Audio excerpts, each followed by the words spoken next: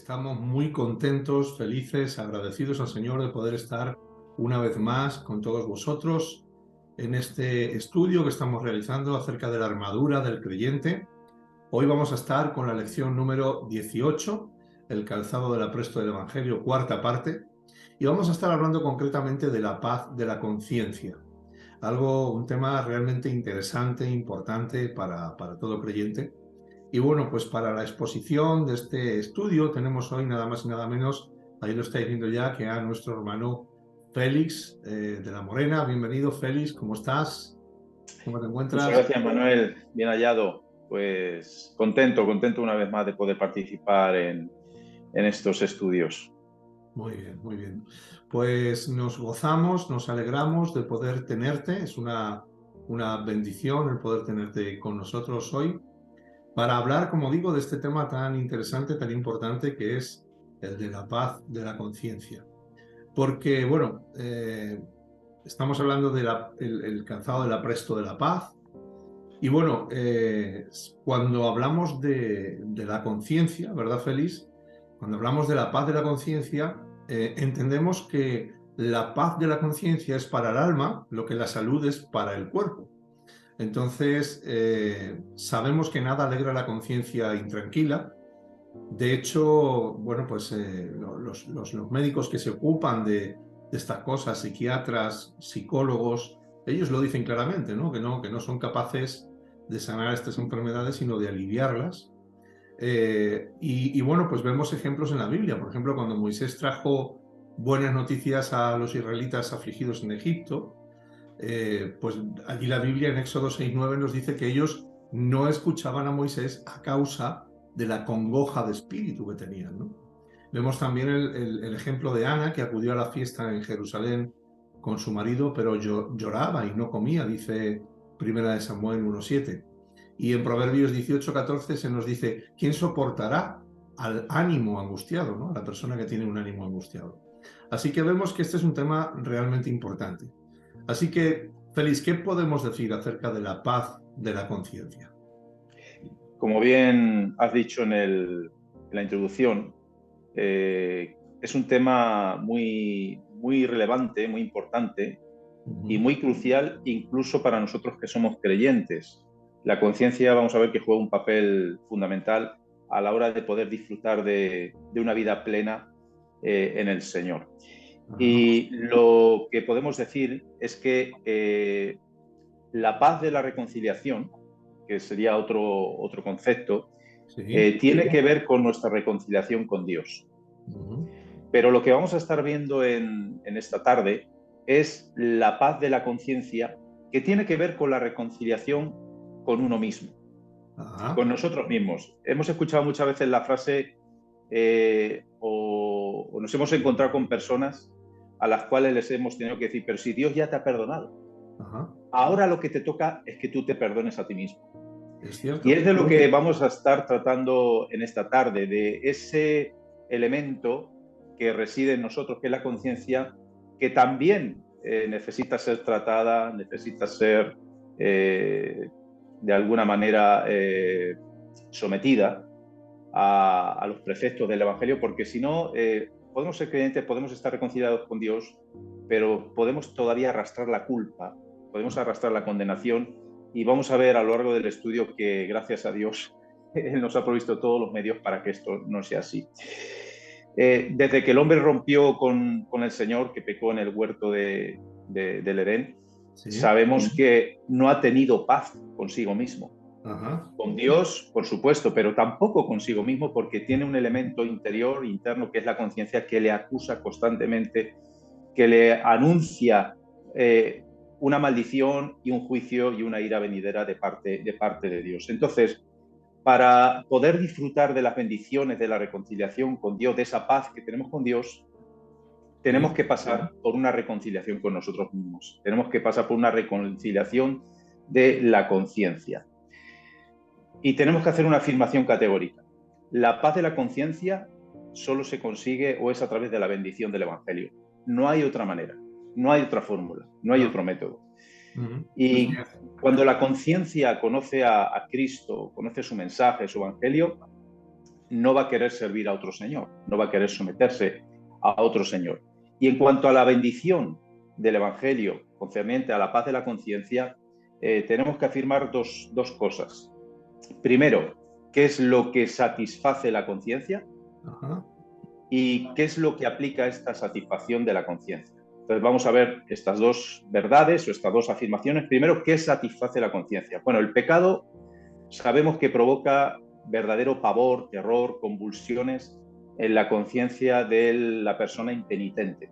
Ajá. Lo podríamos asemejar a ese Jonás que lo Sí. único que hace es atraer tormentas sobre nuestras vidas, ¿no? Y que hasta que no fue arrojado al mar, ese barco no pudo disfrutar de una paz y de una serenidad. Ahora, lo que traiga satisfacción a la conciencia o paz a la conciencia debe lidiar con dos protagonistas. Sí. Uno es el monstruo del pecado. El pecado sabemos que es el que provoca ese tormento. Ajá. El pecado es como esa flecha que en su punta tiene un elemento que es la culpa, que no hace Ajá. nada más que perforar, penetrar en la conciencia, en el alma de la persona, y le roba el descanso, le roba la paz. ¿Por qué? Porque sabe que algún día el juicio va a Sí. venir sobre él, la ira, en este caso del Dios santo, del Dios justo, vendrá sobre él. Entonces vive en una constante expectación de juicio, de castigo, de maldición. Y si tú quieres llevar consuelo a una conciencia atribulada por todo esto, pues no vale cualquier cosa. Claro. Esta persona no necesita palmaditas en la espalda, no necesita negar la realidad. Ujú. Lo único que necesita escuchar es las buenas nuevas del Evangelio, que Ajá. Dios perdona al pecador y que lo reconcilia con él. Ese es el único antídoto, el único medicamento que va a ser efectivo para aliviar una conciencia atribulada por la culpa del pecado. Y luego también hay otro elemento, bueno, de hecho tenemos un ejemplo en los evangelios. Jesús cuántas veces trató con la conciencia Sí. y lo vemos en pasajes donde el contexto es la enfermedad. Vemos a este paralítico que Sí. estaba en su lecho y que los amigos lo llevan a la casa donde estaba Jesús. Fíjate si era la fe tan grande de ellos que rompieron el tejado para poder Ajá. llegar a donde estaba Jesús. Pero fíjate cómo Jesús aborda el problema aparente de este paralítico, que era que no podía caminar. Ujú. Pero lo primero que le dice Jesús, lo tienes en Mateo capítulo 9, ten ánimo, tus pecados te han sido perdonados. Ajá. O sea, Jesús primeramente aborda el problema principal, el problema capital que tiene el ser humano es la culpa que tiene la conciencia. Yo muchas veces lo repito y lo dije hace poco en un domingo, en una reunión de domingo. Dios o Jesús no vino a solucionar tus problemas personales en cuanto a tu enfermedad, en cuanto a tu matrimonio, en cuanto a tu economía. Dios, a través de Jesús, vino a solucionar el problema más importante que tiene el ser humano y es la culpa por el pecado. Y de Claro. hecho Jesús lo aborda a este paralítico. Lo primero que le dice, oye, ten ánimo, aliéntate, tus pecados te son perdonados. Y luego efectivamente aborda el problema de la enfermedad. Pero Ajá. vemos que Jesús primeramente viene a tratar el problema que está en el alma, en el corazón del hombre. Y luego el otro asunto que tiene que tratar la gente que trae la satisfacción a la conciencia de la persona es que la conciencia es como ese sargento divino que tiene bajo arresto al pecador. Es Ajá. como ese centinela. Muchas veces hemos dicho que es como ese centinela. El hombre en pecado está en una cárcel, Sí. está en un régimen penitenciario. Y este sargento por sí mismo no tiene ninguna facultad para liberarlo. No se puede negociar con él, porque ni nosotros tenemos poder ni nada que ofrecerle, porque Ujú. somos culpables, pero él tampoco puede ofrecernos por sí mismo una solución, sino que él debe esperar la sentencia o el decreto, en este caso divino, que nos absuelve de toda culpa. Y el único decreto y la única orden que tiene validez es aquella que viene por el Evangelio y en este caso por el sacrificio perfecto de Cristo Jesús, que satisfizo la justicia, aplacó la ira de Dios y entonces es en ese momento que cuando este sargento recibe la orden, puede abrir la cárcel y podemos ser liberados.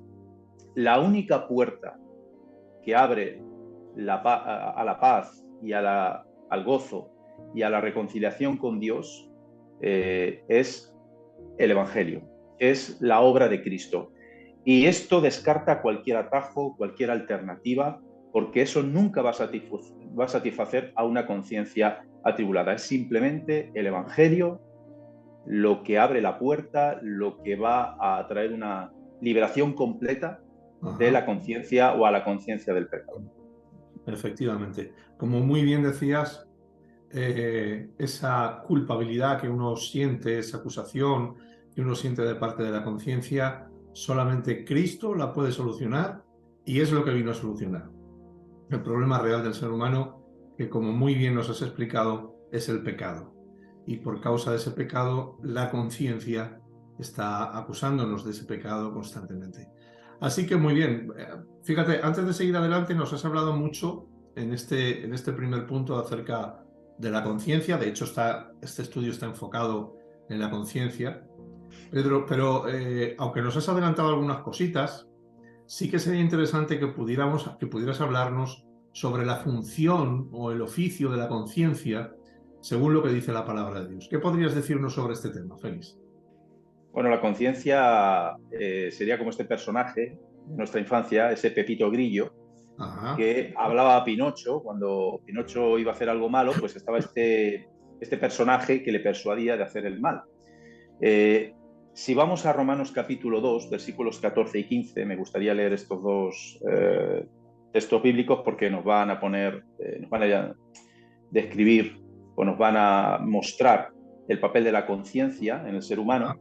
Dice así, porque cuando los gentiles que no tienen ley hacen por naturaleza lo que es de la ley, estos, aunque no tengan ley, son ley para sí mismos. Versículo 15, mostrando la obra de la ley escrita en sus corazones, dando testimonio su conciencia y acusándoles o defendiéndoles sus razonamientos. Es decir, la conciencia es un juez que Dios ha puesto en el corazón de todos los seres humanos, no solo de los creyentes, sino de todos los seres humanos, que va a determinar qué está bien y qué está mal. En base a nuestros comportamientos, en base a nuestros razonamientos, la conciencia nos va a acusar o nos va a absolver. En la palabra se nos habla de tener una mala conciencia y una buena conciencia. La mala conciencia, indudablemente, es la que te acusa y es la que te atormenta. Si uno tiene una buena conciencia, pues goza de la liberación, de la paz y, por lo tanto, de la bendición de parte del Señor.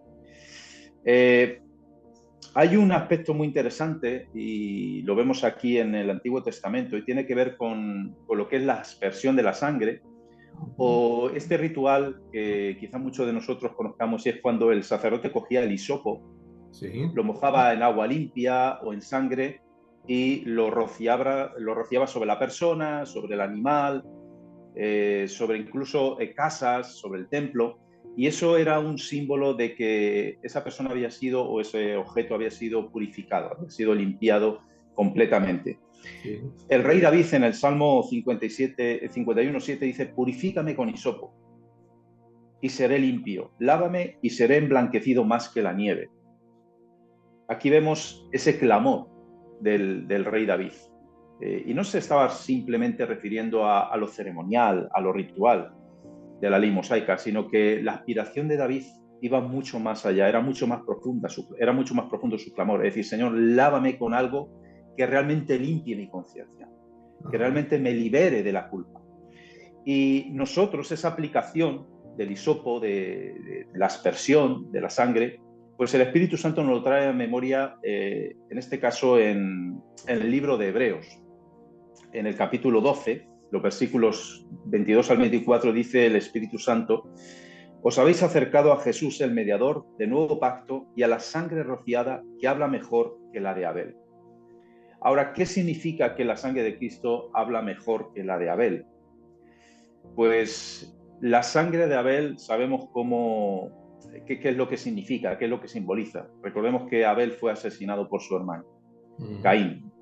Y Dios hace alusión a ese clamor de la sangre de Abel por cuanto era inocente. Pero en el caso de Caín, esa sangre lo único que traía a su conciencia era la culpa, y era el castigo que era merecido en este caso por su acto. Pero ¿de qué nos habla la sangre de Cristo? Mientras que la sangre de Abel habla de condenación, habla de juicio, por cuanto es sangre inocente derramada y necesita ser vengada, la sangre de Cristo en este caso al pecador le habla de paz y de reconciliación. Qué bueno, qué bueno. De parte de Dios.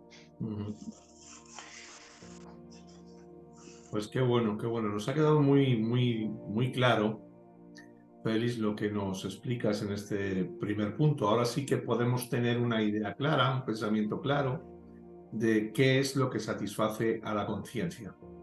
Pero nos hablabas de un segundo punto también, un segundo punto que parecía también interesante, que nos has presentado anteriormente. ¿Qué nos tienes que decir acerca de este segundo punto? Sí, el segundo punto es qué es lo que aplica la satisfacción a la conciencia. Aunque yo no tanto diría qué es, sino quién es el que aplica la satisfacción a la conciencia, porque aquí el personaje principal es el Espíritu Santo. Es el Espíritu Santo el que va a aplicar todas estas bendiciones, todos estos principios que estamos aquí hablando. Y en primera instancia debemos entender o conocer que el Evangelio presenta al Espíritu Santo como el Consolador, o como otro Consolador, porque el primer Consolador que la Biblia presenta es el mismo Jesús. De hecho, Jesús es el que antes de partir, antes de ser sacrificado, dice: yo enviaré a otro Consolador, a alguien que va a hacer la misma función, a alguien que va a ser exactamente igual que yo. Y el consuelo del Espíritu Santo siempre va a descansar sobre la obra expiatoria de Cristo Jesús. O sea, Él no va a hacer nada por su propia cuenta, Él no va a ofrecer algo diferente, sino que siempre va a descansar o se va a basar en la obra expiatoria de Cristo Jesús. ¿Por qué es así? Porque si la obra de Cristo Jesús expiatoria, su sacrificio, no hubiera sido perfecto, no hubiera sido acepto y agradable delante de Dios Padre, el Espíritu Santo no hubiera venido. Claro. De hecho, cuando Jesús se presenta delante del Padre, presenta su sacrificio, el Padre lo acepta, lo corona, lo sienta a su diestra, pero también de en forma simbólica, como se hacía con los reyes del Antiguo Testamento, en esa coronación, derrama su aceite. Y es el símbolo, en este caso, del Espíritu Santo, y es cuando el Espíritu Santo viene a la tierra, en esa coronación de Cristo como Rey de Reyes y Señor de Señores. Si esto no hubiera sido así, si esa justicia de Dios no hubiera sido satisfecha, la consolación que traería el Espíritu Santo sería imperfecta. No podría descansar sobre algo consumado, sobre algo perfecto.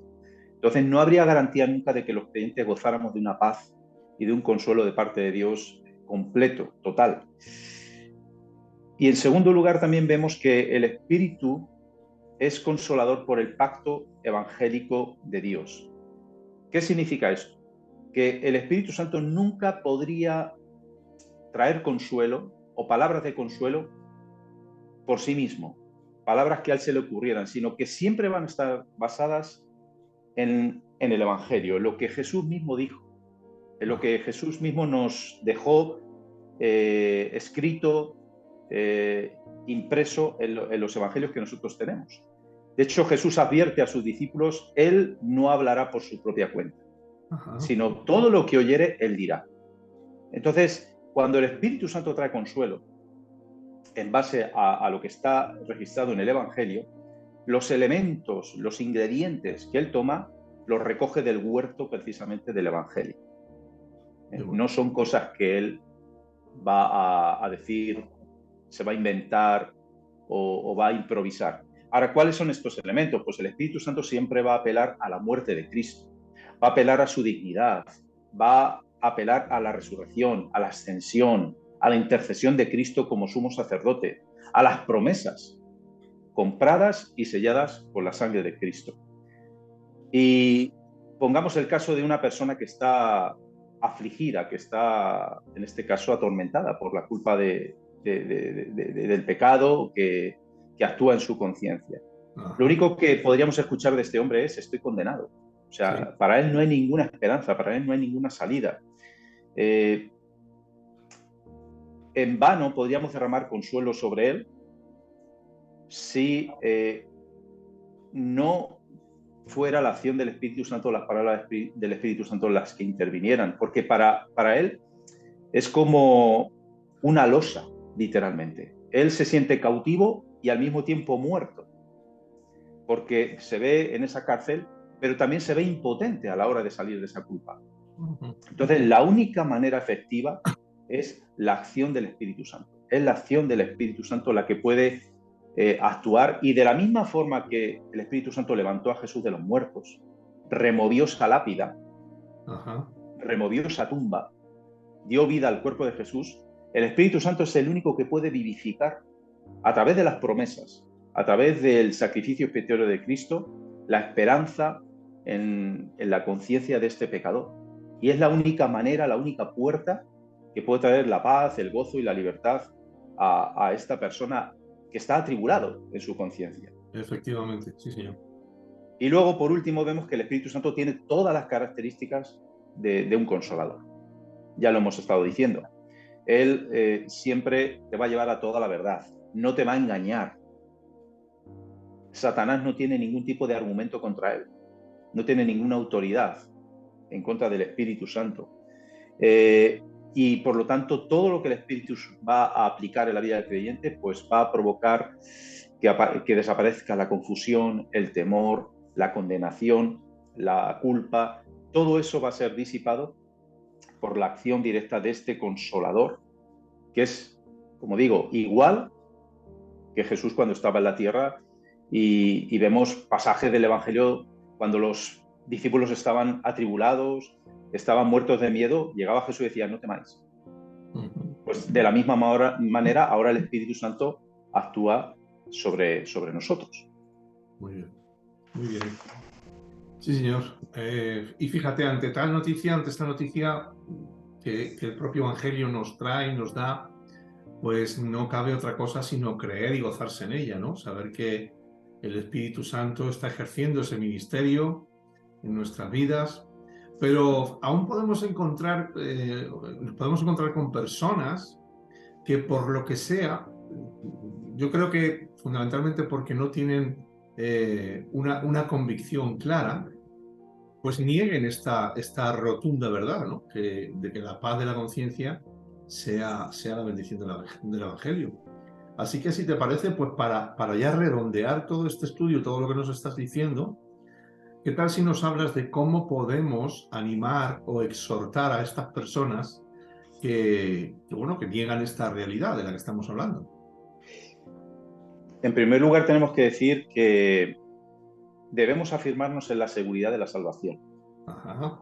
Ahora, la seguridad de la salvación, pues nos lo provee una obra interna del Espíritu Santo, pero también, por supuesto, un conocimiento de qué es lo que Dios dice, de qué es lo que Dios proclama acerca de todo este asunto. Tenemos Romanos 5:1, que dice, justificados pues por la fe, tenemos paz para con Dios por medio de nuestro Señor Jesucristo.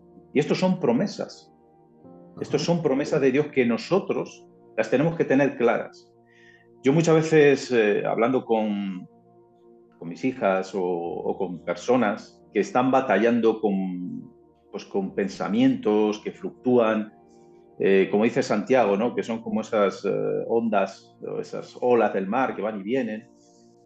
Yo lo que les esgrimo es que necesitan verdades en sus vidas. Cuando viene la prueba, cuando viene la tentación, cuando viene el enemigo con la acusación, tú necesitas tener verdades para poder contrarrestar todos esos argumentos, porque al final la lucha del creyente es una batalla por los argumentos, por la verdad versus mentira. Y por eso Jesús dice, conoceréis la verdad y la verdad os hará libres, en este caso de esa condenación y de esa acusación. Efectivamente, la verdad es el fundamento sobre el cual el creyente puede descansar, y esa verdad está en Cristo, no hay otra verdad. Correcto.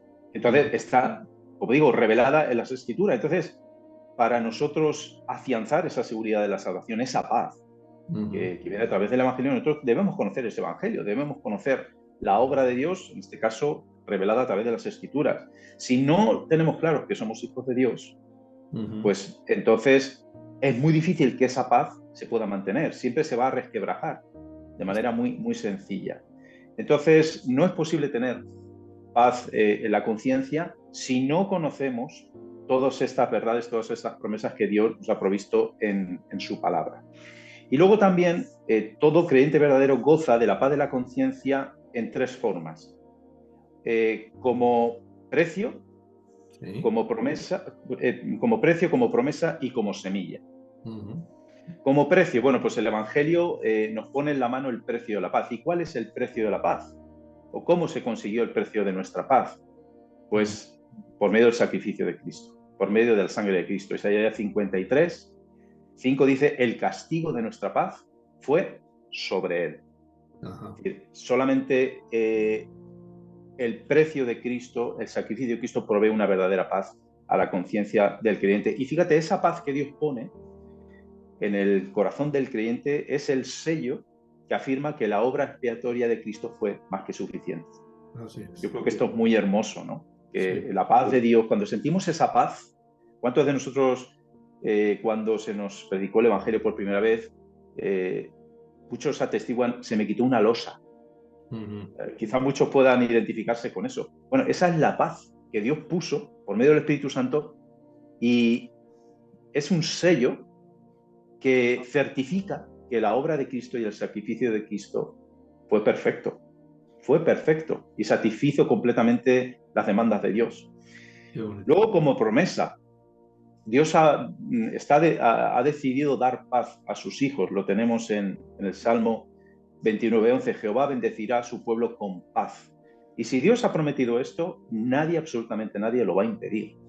Uh-huh. Y Dios no solamente promete una paz interna, sino también una paz externa. Porque sería muy triste pues que Dios o que hubiera calles tranquilas, pero en casa nos estuviéramos tirando los trastos, nos estuviéramos matando uno con otro, sino que Dios ha prometido una paz completa, tanto interna como exteriormente. Y Jesús dice, yo dejo mi paz. En el Evangelio de Juan, yo os doy mi paz, yo dejo mi paz, no como el mundo la da. ¿Cuál es la paz del mundo?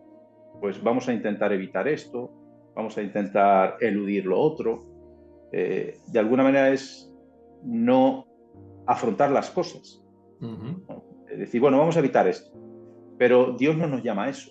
No, la paz que Dios ofrece no está exenta de problemas o de que atravesemos problemas. Pero lo que Dios se ha comprometido es a estar con nosotros en medio de esos problemas y en medio de todo eso, Él traerá paz. Vemos pasajes también, vuelvo a hacer referencia al Evangelio, cuando los discípulos iban en la barca con Jesús, se desata una tormenta. Sí. Ahora, tuvieron que atravesar la tormenta, tuvieron que vivirla, sí. Pero Jesús, en este caso, pacificó todo eso, trajo paz en medio de toda esa situación. Uh-huh. Entonces, aun en medio de todas las circunstancias que atravesemos, Dios se ha comprometido a traer paz. Y luego, por supuesto, vamos a ver un cumplimiento total de esta paz. Lo vamos a ver de manera completa. ¿Cuándo? Pues cuando Dios establezca la justicia. Cuando Él venga por segunda vez, vamos a ver una paz total, absoluta. Ahí sí que no va a haber conflictos. Sí. Entonces, como digo, la paz que Dios trae se cumplirá y la podremos disfrutar. Ahora la podemos disfrutar en cierta medida, pero la vamos a poder disfrutar de manera completa cuando, sin duda, Él venga en su segunda venida. Y luego, como semilla, significa que Dios ha plantado en el creyente, una vez que nosotros conocemos al Señor, Dios derrama su gracia, también Dios provee para que podamos crecer en santidad. En la medida que nosotros vamos creciendo en todas estas virtudes, en todas estas, vamos a decir, dones que Dios da, uh-huh. Pues se va aflorando también un fruto apacible de justicia, va aflorando también una paz mayor en el creyente. Uh-huh. Entonces es como un proceso. En la medida que la santidad va creciendo en nosotros, la paz también va floreciendo en nosotros. Por eso tampoco quiero que nos desanimemos como creyentes, porque muchos batallamos con el tema de la conciencia, con la paz. Entonces parece que una persona que tiene tantos altibajos o que duda de su salvación o que duda del amor de Dios, muchas veces podemos pensar que, oye, este no ha conocido al Señor, porque, oye, que dude a estas alturas de estas cosas.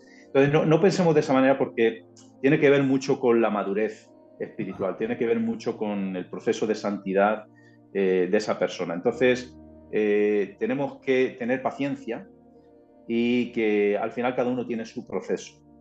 Y para terminar, dice que el Salmo 37 dice: observa a los que son íntegros y rectos, hay por venir para quien busca la paz. Es decir, a todos estos hermanos que pueden luchar, que pueden batallar con la seguridad de la salvación, con el amor de Dios, si Dios me ama, si Dios me cuida o no, bueno, vemos que hay un futuro y un destino, en este caso glorioso, ¿no? Y de victoria en todo este asunto. Entonces, no te desalientes, no te desanimes, medita en todas estas cosas que hemos estado exponiendo a través de la palabra, pero también permite que sea el Espíritu Santo el que aplique todas estas verdades en tu alma, porque de esa manera vas a experimentar una mayor paz, una mayor consolación en todos esos asuntos que en un momento dado pues te pueden afligir. Muy bien, muy bien.